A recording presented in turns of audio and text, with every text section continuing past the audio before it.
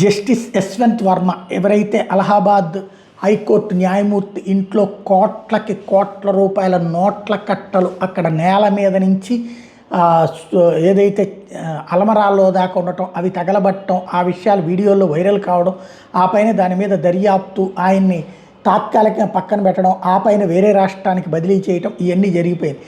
అయితే ఆయన తొలగించడానికి ఇంపీచ్మెంట్ మోషన్ పార్లమెంట్లో పెడితే పార్లమెంట్ని అడిగితే సుప్రీంకోర్టు పార్లమెంట్ దాని మీద విచారణ కమిటీ వేస్తే ఆ కమిటీ యశ్వంత్ వర్మని అడిగితే అసలు నోట్లకి నాకు సంబంధం లేదు, నా దగ్గర ఎలాంటి నోట్లు దొరకలేదు, అవన్నీ కేవలం సృష్టి మాత్రమే అన్నటువంటి చెప్పుకొస్తున్నారు. 2025 మార్చిలో జరిగినటువంటిది అన్అకౌంటెడ్ క్యాష్ ఏదైతే ఉందో తన ఇంటి దగ్గర నుంచి రికవర్ చేశారని చెప్తున్నది అబద్ధం అని చెప్తున్నారట.